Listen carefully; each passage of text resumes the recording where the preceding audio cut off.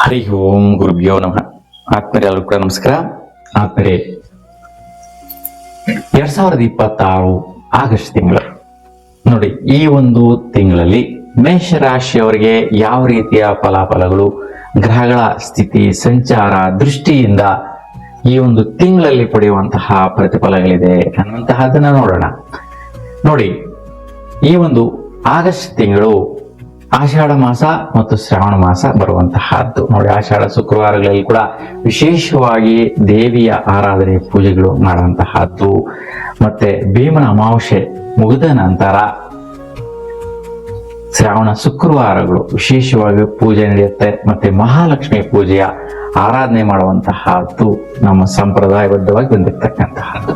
ನೋಡಿ, ಈ ರೀತಿಯ ಒಂದು ಒಳ್ಳೆಯ ದಿನಗಳ ಕಾಲಗಳಲ್ಲಿ ಒಂದು ಒಳ್ಳೆಯ ರೀತಿಯ ಪ್ರತಿಫಲಗಳನ್ನ ಪಡಿಬೇಕು ಅಂದರೆ ಗ್ರಹಗಳ ಸ್ಥಿತಿ ಸಂಚಾರ ಎಷ್ಟರ ಮಟ್ಟಿಗೆ ಪ್ರತಿಫಲಗಳನ್ನ ಕೊಡ್ತಾ ಇದೆ ಅನ್ನುವಂತಹದನ್ನ ನಾವು ನೋಡ್ಕೋಬೇಕಾಗುತ್ತೆ. ಹಾಗಾಗಿ ನೋಡಿ, ಮೇಷರಾಶಿಯವರಿಗೆ ಈ ಒಂದು ತಿಂಗಳಲ್ಲಿ ಗ್ರಹಗಳ ಸ್ಥಿತಿ ಸಂಚಾರ ಮುಖ್ಯವಾಗಿ 5 ಗ್ರಹಗಳು ಬದಲಾಗ್ತಾ ಇರ್ತಕ್ಕಂತಹದ್ದು. ಅಂದ್ರೆ ಸೂರ್ಯ, ಚಂದ್ರ, ಕುಜ, ಬುಧ ಮತ್ತು ಶುಕ್ರ ಗ್ರಹಗಳು. ಇನ್ನು ಉಳಿದ ಗ್ರಹಗಳು ಗುರು, ಶನಿ ಮತ್ತು ರಾಹು, ಕೇತು ಗ್ರಹಗಳು ಸ್ಥಿರವಾಗಿ ಒಂದೇ ರಾಶಿಯಲ್ಲಿ ಸಂಚಾರ ಮಾಡ್ಕೊಂಡು ಹೋಗ್ತವೆ. ಹಾಗಾಗಿ 9 ಗ್ರಹಗಳಿಂದ ನಿಮ್ಮ ರಾಶಿಯವರಿಗೆ ಈ ತಿಂಗಳಲ್ಲಿ ಏನೆಲ್ಲ ಪ್ರತಿಫಲಗಳು ಪಡಿಬಹುದು ಅನ್ನುವಂತಹದ್ದನ್ನ ನೋಡಿದ್ರೆ, ನೋಡಿ, ಮುಖ್ಯವಾಗಿ ಸೂರ್ಯನ ಪ್ರತಿಫಲ ಯಾವ ರೀತಿ ಇರುತ್ತೆ ಅಂತ ನೋಡಿ. ಸೂರ್ಯನು ಕಟಕ ರಾಶಿಯಲ್ಲಿ ಸಂಚಾರ ಮಾಡ್ತಾ ಇರ್ತಕ್ಕಂತಹದ್ದು. ನೋಡಿ, 17ನೇ ತಾರೀಕುವರೆಗೂ ಕೂಡ ಕಟಕ ರಾಶಿಯಲ್ಲೇ ಸಂಚಾರ ಮಾಡ್ತಾ ಇದ್ದು ಸಿಂಹ ರಾಶಿಗೆ ಪ್ರವೇಶ ಮಾಡ್ತಾನೆ. ಹಾಗಾಗಿ ಕಟಕ ರಾಶಿಯಲ್ಲಿ ಇರ್ತಕ್ಕಂತಹ ದಿನಗಳಲ್ಲಿ ಸೂರ್ಯನ ಒಂದು ಪ್ರತಿಫಲ, ಅನುಕೂಲಗಳು ಯಾವ ರೀತಿ ಇರುತ್ತೆ ಅಂತ ನೋಡಿದ್ರೆ, ಮುಖ್ಯವಾಗಿ ಪುನರ್ವಸು, ಪುಷ್ಯ, ಆಶ್ಲೇಷ ಈ 3 ನಕ್ಷತ್ರಗಳಲ್ಲಿ ಇರ್ತಕ್ಕಂತಹ ಕಟಕ ರಾಶಿಯಲ್ಲಿ ಒಂದು ಸೂರ್ಯನ ಸಂಚಾರ ಆಗ್ತಾ ಇರ್ತಕ್ಕಂತಹದ್ದು. ಹಾಗಾಗಿ ನೋಡಿ, 17ರವರೆಗೂ ಕೂಡ ಸೂರ್ಯನ ಒಂದು ಪ್ರತಿಫಲಗಳಿಂದ ವಿಶೇಷವಾಗಿ ಕುಟುಂಬದಲ್ಲಿ ಒಳ್ಳೆಯ ರೀತಿಯ ಪ್ರತಿಫಲ ಸಿಗುವಂತಹದ್ದು. ಮತ್ತು ನಿಮ್ಮ ಒಂದು ಯಾರು ಮೇಷರಾಶಿಯವರಿದ್ದೀರಾ ಅವರಿಗೆ ತಾಯಿ ಸ್ಥಾನಕ್ಕೆ ಒಳ್ಳೆಯ ರೀತಿಯ ಪ್ರತಿಫಲಗಳು ವಿಶೇಷವಾಗಿ ದೊರೆಯುತ್ತೆ. ಆ ಒಂದು ಪ್ರತಿಫಲಗಳನ್ನ ಪಡೆಯುವಂತ ಅನುಕೂಲ ಸೂರ್ಯನಿಂದ ಸಿಗುವಂತಹದ್ದು. ಇನ್ನು ಸೂರ್ಯನ ಒಂದು ಸ್ಥಿತಿ ಯಾವ ರೀತಿ ಫಲಾಫಲಗಳನ್ನ ಕೊಡ್ತಾನೆ ಅಂತಂದ್ರೆ, ವಿಶೇಷವಾಗಿ ಸೂರ್ಯನ ಒಂದು ದೃಷ್ಟಿ ಫಲ ಅಂತ ನೋಡಿದ್ರೆ, ವಿಶೇಷವಾಗಿ ನಿಮಗೆ ವೃತ್ತಿಯಲ್ಲಿ ಬಲವನ್ನ ಕೊಡುವಂತಹದ್ದು. ನೋಡಿ, ಸೂರ್ಯನ ದೃಷ್ಟಿ ಬಿದ್ರೆ ಸಾಕು, ವೃತ್ತಿಯಲ್ಲಿ ಕೂಡ ಬದಲಾವಣೆಯನ್ನು ನೋಡುವಂತಹದ್ದಿರತ್ತೆ. ನಿಮ್ಮ ಕೆಲಸ ಕಾರ್ಯ ಏನ್ ಮಾಡ್ತಾ ಇದ್ದೀರಾ ಆ ವಿಚಾರದಲ್ಲಿ ಏನೋ ಒಂದಷ್ಟು ಬದಲಾವಣೆಗಳು.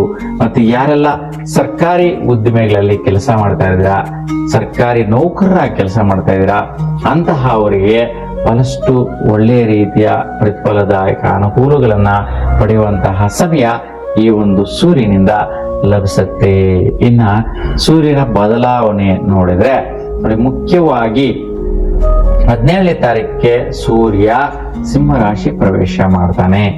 ಅಂದ್ರೆ ಸಿಂಹರಾಶಿ ಅಂದ್ರೆ ಸುಸ್ಥಾನಕ್ಕೆ ಪ್ರವೇಶ ಮಾಡ್ತಾ ಇರ್ತಕ್ಕಂತಹದ್ದು. ಇಲ್ಲಿ ಸೂರ್ಯನು ಬಂದು ಕೇತುವಿನ ಜೊತೆ ಏತಿ ಆಗ್ತಾ ಇರ್ತಕ್ಕಂತಹದ್ದು. ಹಾಗಾಗಿ ಕೇತುವಿನ ಜೊತೆ ಮತ್ತೆ ರಾಹು ದೃಷ್ಟಿ ಇರ್ತಕ್ಕಂತಹದ್ದು ಇರುತ್ತೆ. ಹಾಗಾಗಿ ಬಹಳಷ್ಟು ವ್ಯತ್ಯಯ, ವೈಪರೀತ್ಯಗಳು, ಅಡಚಣೆಗಳು, ಕೇಸು, ಕೋರ್ಟು ಇಂಥವೆಲ್ಲ ಕೂಡ ಯಾರಿಗೆಲ್ಲ ಇರುತ್ತೆ ಮೇಷರಾಶಿಯವರಿಗೆ ಈ ಒಂದು ಸೂರ್ಯನ ದೃಷ್ಟಿ ಮತ್ತು ಸಂಚಾರದಿಂದ ಈ ಒಂದು ಇತ್ಯರ್ಥ ಆಗುವಂತಹದ್ದು.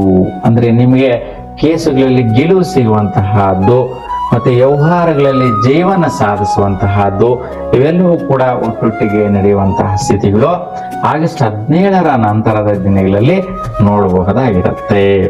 ಇನ್ನ ಈ ಒಂದು ಸೂರ್ಯನ ಒಂದು ಜೊತೆಗೆ ಬುಧನು ಕೂಡ ಸಹಯೋಗ ಆಗ್ತಾನೆ, ಅಂದ್ರೆ ಯುಕ್ತಿ ಆಗ್ತಾನೆ, ಜೊತೆ ಆಗ್ತಾನೆ 22ನೇ ತಾರೀಕು ಆಗಸ್ಟ್ ತಿಂಗಳಲ್ಲಿ. ಸೊ ಹಾಗಾಗಿ ಇಲ್ಲಿಗೆ ಬಂದಂತಹ ಬುಧುವಿನಿಂದ ಕೂಡ ಬಹಳಷ್ಟು ಬದಲಾವಣೆಗಳು ಬರುತ್ತೆ.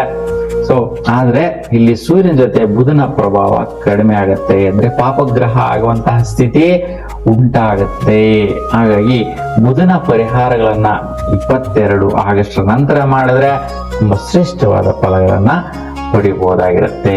ಈ ಸಮಯದಲ್ಲಿ ಸೂರ್ಯನ ವಿಶೇಷ ಫಲ ಏನಪ್ಪಾ ಅಂತಂತಂದ್ರೆ ವಿದ್ಯಾರ್ಥಿಗಳಿಗೆ ಶ್ರೇಯಸ್ಸು ಮತ್ತೆ ಶ್ರೇಷ್ಠವಾದಂತಹ ವಿದ್ಯಾಭ್ಯಾಸ ಸ್ಥಾನಗಳಲ್ಲಿ, ಕ್ಷೇತ್ರಗಳಲ್ಲಿ, ಶಾಲಾ ಕಾಲೇಜುಗಳಲ್ಲಿ ಸ್ಥಾನವನ್ನ ಪಡೆಯುವಂತಹ ಸದವಕಾಶ ಸೂರ್ಯನಿಂದ ಸಿಗುತ್ತೆ.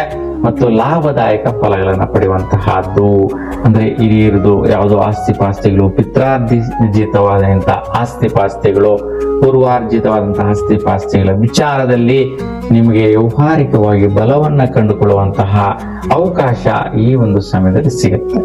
ಇನ್ನ ಕುಜನ ಬದಲಾವಣೆ ಇರ್ತಕ್ಕಂತಹದ್ದು, ಕುಜ ಬಂದು ವೃಷಭ ರಾಶಿಯಿಂದ ಮಿಥುನ ರಾಶಿಗೆ ಆಗಸ್ಟ್ 2ನೇ ತಾರೀಕು ಪ್ರವೇಶ ಮಾಡ್ತಾನೆ. ಹಾಗೆ ನೋಡಿ, 2 ದಿನ ಈ ಒಂದು ತಿಂಗಳಲ್ಲಿ ವೃಷಭ ರಾಶಿಯಲ್ಲಿ ನೋಡ್ಬೋದು. ಮತ್ತೆ 2ನೇ ತಾರೀಕಿಂದ ಆಗಸ್ಟ್ ತಿಂಗಳ ಪೂರ್ತಿ ಕಾಲ ಮಿಥುನ ರಾಶಿಯಲ್ಲಿ ಸಂಚಾರ ಮಾಡ್ತಾ ಇರ್ತಾನೆ. ಹಾಗೆ ಇದರ ಫಲಾಫಲ ಏನಿರುತ್ತೆ ಅಂದ್ರೆ ಪ್ರಾರಂಭದಲ್ಲಿ ಸ್ವಲ್ಪ ಹಣಕಾಸಿನ ವ್ಯವಹಾರ ವಿಚಾರಗಳ ಬಗ್ಗೆ ಬದಲಾವಣೆಯನ್ನು ನೋಡ್ಬೋದು. ಮತ್ತೆ ಭಾತೃ ಸ್ಥಾನಗಳಲ್ಲಿ ಕೆಲವೊಂದು ಸೆಟ್ಲ್ಮೆಂಟ್ಗಳಿಂದ ಹಣಕಾಸಿನ ಒಂದು ವ್ಯವಹಾರ ನಿಮಗೆ ಬರುವಂತಹದ್ದು. ನೋಡಿ, ಅಣ್ಣ ತಮ್ಮಂದ್ರೆ ಯಾವ್ದಾವ್ದೋ ಕೆಲಸ ಕಾರ್ಯಗಳು ಹಿಡಿದಿರ್ತೀರಾ, ಮನೆ ಕಡೆ ಆಸ್ತಿ ಪಾಸ್ತಿ ವಿಚಾರಗಳಿರತ್ತೆ, ಯಾವ್ದೋ ಒಂದು ಸೆಟ್ಲ್ಮೆಂಟ್ ಇರತ್ತೆ, ಯಾವಾಗ್ಲೂ ಕೂಡ ಇರ್ತಾನೆ, ಆಗ್ತಾ ಇರಲ್ಲ. ಆದ್ರೆ ನೋಡಿ, ಈಗ ಶ್ರಾವಣ ಮಾಸ ಬರ್ತಾ ಇದೆ, ಶುಭ ದಿನಗಳು ಅನ್ನುವಂತಹ ಸಮಯದಲ್ಲಿ ನಿಮಗೆ ಒಂದು ಒಡಂಬಡಿಕೆಗಳು, ಒಪ್ಪಂದಗಳು, ಸೆಟ್ಲ್ಮೆಂಟ್ಸ್ಗಳು ಕ್ಲಿಯರ್ ಆಗತ್ತೆ. ಒಳ್ಳೆಯ ರೀತಿಯ ಅನುಕೂಲಗಳನ್ನ ಪಡೆಯುವಂತಹ ಸ್ಥಿತಿ ನಿಮ್ಮದಾಗಿರುತ್ತೆ. ಹಾಗಾಗಿ ನೋಡಿ, ಭಾತೃಸ್ಥಾನ ಅಂದ್ರೆ ಭಾತೃಕಾರಕರು, ಅಕ್ಕ ತಂಗಿಯರು, ಅಣ್ಣ ತಮ್ಮದರ ಮಧ್ಯೆ ಈ ಒಂದು ಸಮಯದಲ್ಲಿ ಭೂಮಿ ವ್ಯವಹಾರ ವಿಚಾರಗಳು ಇವೆಲ್ಲವೂ ಕೂಡ ಒಳ್ಳೆಯ ರೀತಿ ಅನುಕೂಲಗಳನ್ನ ಪಡೆಯುವಂತಹದ್ದೇ ಇರತ್ತೆ.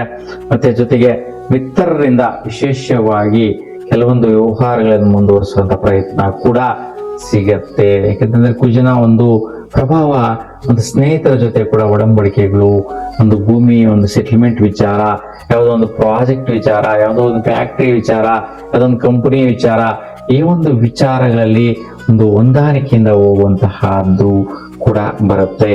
ಆದ್ರೆ ತುಂಬಾ ಜಾಗೃತಿಯಿಂದ ಅವರ ಹತ್ರ ಒಂದು ಅಗ್ರಿಮೆಂಟ್ ಮಾಡ್ಕೊಳ್ಳೋದಾಗಿರ್ಬೋದು. ಏಕೆಂದ್ರೆ ಶನಿಯ ದೃಷ್ಟಿ ಪ್ರಭಾವದಿಂದ ಸ್ವಲ್ಪ ಚಿಂತೆ ಪಡುವಂತಹದ್ದು, ಮತ್ತೆ ನಿಮ್ಮ ಒಂದು ಸ್ನೇಹರ ಮಧ್ಯೆ ಕೆಲವೊಂದು ವೈಪರೀತ್ಯಗಳು ಬರುವಂತಹ ಸಾಧ್ಯತೆಗಳು ಬರಬಹುದು. ಹಾಗಾಗಿ ಮತ್ತೆ ಇನ್ನ ವಿಶೇಷ ಏನು ಅಂತಂದ್ರೆ ಭಾಗ್ಯದ ಫಲಗಳು. ನೋಡಿ, ಒಂದು ಹಠವಾದಂತಹ ಭಾಗ್ಯ ಫಲಗಳು, ಮತ್ತೆ ಸೊಸೈಟಿಯಲ್ಲಿ ಒಂದು ಘನತೆ ಗೌರವ ಸ್ಥಾನವನ್ನ ಪಡೆಯುವಂತಹದ್ದು, ವೃತ್ತಿಯಲ್ಲಿ ಅಭಿವೃದ್ಧಿಯನ್ನ ಪಡೆಯುವಂತಹದ್ದು, ಏನ್ ಕೆಲಸ ಕಾರ್ಯ ಮಾಡ್ತಾ ಇದ್ದೀರಾ ಅಂತಹ ವಿಚಾರ ಇನ್ನಷ್ಟು ಪಟುತ್ವ ಬಲವಾಗಿ ಶ್ರದ್ಧೆಯಿಂದ ಮಾಡುವಂತಹ ಸ್ಥಿತಿ ಕೂಡ ಸಿಗುತ್ತೆ. ಆ ಒಂದು ವಿಚಾರದಲ್ಲಿ ಅನುಕೂಲ ಇರುತ್ತೆ. ಇನ್ನ ಮುಖ್ಯವಾಗಿ ಒಂದು ಬುಧ ಗ್ರಹ ಬದಲಾವಣೆ. ನೋಡಿ, ಬುಧನು ಮಿಥುನ ರಾಶಿಯಲ್ಲಿ ಸಂಚಾರ ಮಾಡ್ತಾ ಇರ್ತಕ್ಕಂತಹ ಒಂದು ಬುಧನು ಆಗಸ್ಟ್ 5ನೇ ತಾರೀಕಿಗೆ ಕಟಕ ರಾಶಿ ಪ್ರವೇಶ ಮಾಡ್ತಾನೆ. ಪುನರ್ವಸು ನಕ್ಷತ್ರ 4ನೇ ಪಾದಕ್ಕೆ ಒಂದು ಈ ರಾಶಿಗೆ ಹೋದಾಗ ವಿಶೇಷವಾಗಿ ಗುರುಗ್ರಹ ಜೊತೆಗೆ ಯತಿಯಾಗುವಂತಹದ್ದು. ಸೂರ್ಯನ್ ಕೂಡ 17ನೇ ತಾರೀಕುವರೆಗೂ ಇರ್ತಾನೆ. ಹಾಗಾಗಿ ಇಲ್ಲಿ ಏನಾಗತ್ತೆ, ಬುಧ ಮತ್ತೆ ಗುರು ಇಬ್ರು ಕೂಡ ಸೂರ್ಯನ ಜೊತೆ ಸೇರ್ಕೊಳ್ಳೋದ್ರಿಂದ ಒಂದು ಇಲ್ಲಿ ಬುಧ ಪಾಪಗ್ರಹ ಆಗುವಂತಹ ಸ್ಥಿತಿಗಳು ಉಂಟಾಗತ್ತೆ. ಜೊತೆಗೆ ಈ ಒಂದು ಗುರುವಿನ ಜೊತೆ ಎದೆಯಾಗುವಂತಹ ಫಲ ಯಾವ ರೀತಿ ಇರುತ್ತಂದ್ರೆ, ನೋಡಿ, ನಿಮ್ಮ ಮನೆ ಕಡೆ ಯಾರೋ ಒಂದು ಔದಾರ್ಯ ಒಂದು ಬರುವಂತಹದ್ದು, ಯಾರೋ ಒಂದು ಗಣ್ಯ ವ್ಯಕ್ತಿಗಳಾಗಿರ್ಬೋದು, ದೊಡ್ಡ ವ್ಯಕ್ತಿಗಳ ಒಂದು ಸಹಯೋಗ ಆಗಿರ್ಬೋದು, ಅವರ ಒಂದು ನಿಮ್ಮ ಆಮಂತ್ರಣ ಅಂದ್ರೆ ನಿಮ್ಮ ಮನೆಗೆ ಬರುವಂತಹ ಸ್ಥಿತಿಗಳು ದೊಡ್ಡ ವ್ಯಕ್ತಿಗಳ ಜೊತೆ ಆಗತ್ತೆ. ಹಾಗೆ ಈ ರೀತಿಯ ಒಂದು ಪ್ರತಿಫಲಗಳು, ಅದರಿಂದ ಏನೋ ಒಂದು ಅವರು ಆಶೆಗಳು ತೋರಿಸ್ತಾರೆ, ಒಳ್ಳೆ ರೀತಿ ನಿಮ್ ಕೆಲಸ ಕಾರ್ಯಗಳನ್ನ ಮಾಡ್ಕೊಡ್ತೀವಿ, ಅನುಕೂಲ ಮಾಡ್ತೀವಿ, ಸಹಕಾರ ನೀಡ್ತೀವಿ ಅಂತ ಆ ರೀತಿ ನಡ್ಕೊಳ್ಳುವಂತ ವಿಚಾರದಲ್ಲಿ ಮುಂದುವರಿಸುವಂತ ಪ್ರಯತ್ನಗಳು ಕೂಡ ಈ ಒಂದು ಸಮಯದಲ್ಲಿ ಆಗತ್ತೆ. ಇನ್ನ ಬುಧನು ಈ ಒಂದು ಕಟಕ ರಾಶಿಯಲ್ಲಿ ಸಂಚಾರ ಮಾಡ್ತಾ ಇರ್ತಕ್ಕಂಥ ಸ್ಥಿತಿಯಿಂದ 22ನೇ ತಾರೀಕಿಗೆ ಸಿಂಹ ರಾಶಿ ಪ್ರವೇಶ ಮಾಡ್ತಾನೆ.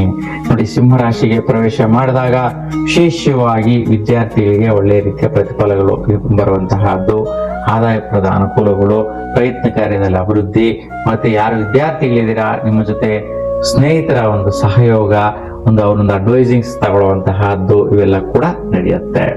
ಸೊ ಆದ್ರೆ ಬುಧನ ಶಾಂತಿ ಮಾಡ್ಬೇಕು, ಯಾಕಂದ್ರೆ ಸೂರ್ಯನ ಜೊತೆ ಸೇರ್ಕೊಂಡಿರ್ತಾನೆ, ರಾಹು ಕೇತು ದೃಷ್ಟಿ ಇರುತ್ತೆ, ದುಷ್ಟ ಗ್ರಹಗಳು ಪೀಡ ಗ್ರಹಗಳ ಜೊತೆ ದೃಷ್ಟಿಗೆ ಸಿಕ್ಕಾಕೊಂಡಾಗ ಈ ಒಂದು ಬುಧ ಪಾಪಗ್ರಹ ಆಗುವಂತಹ ಸ್ಥಿತಿ ಆಗುತ್ತೆ.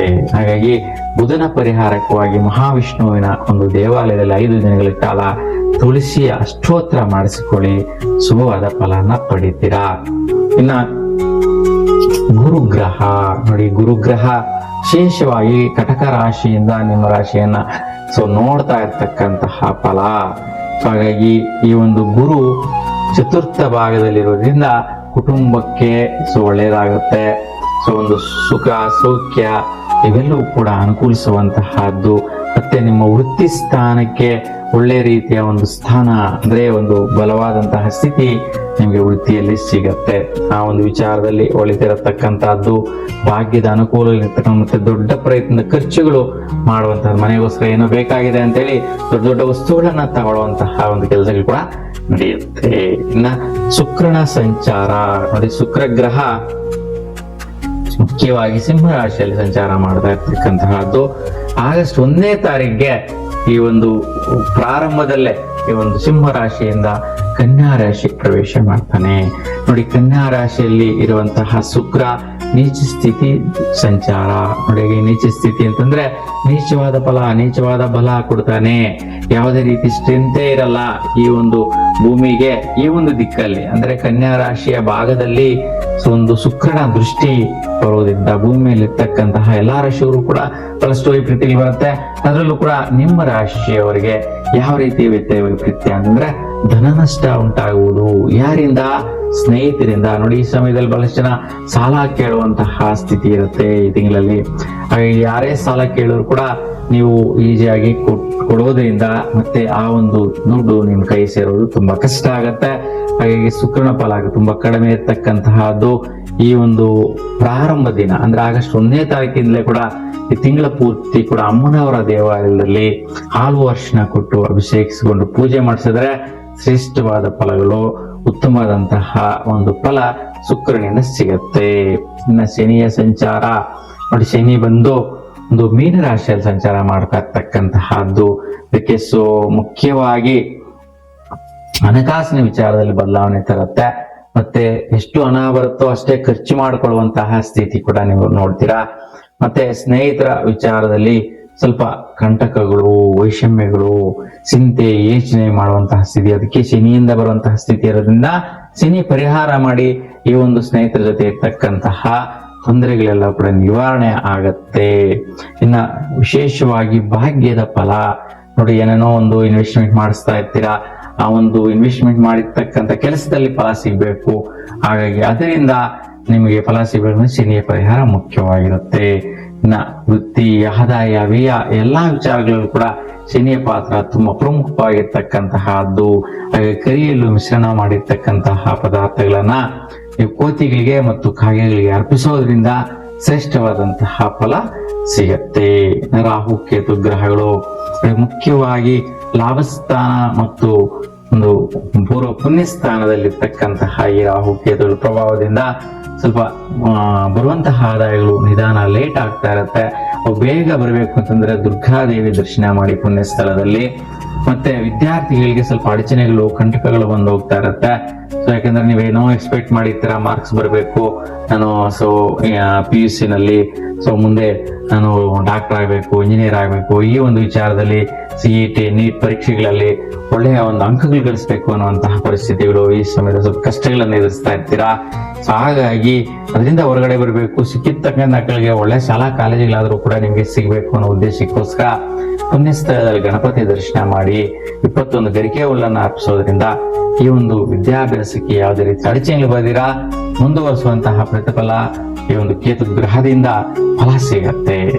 ಒಟ್ಟಾರೆಯಾಗಿ ನೋಡಿ, ಇಷ್ಟು ಗ್ರಹಗಳು ಸಂಚಾರದಿಂದ ಈ ಒಂದು ತಿಂಗಳಲ್ಲಿ ಆಗುವಂತಹ ಫಲಾಫಲಗಳು ಮೇಷರಾಶಿಗೆ ಹೇಗಿದೆ ಅಂತ ನೋಡಿದ್ವಿ.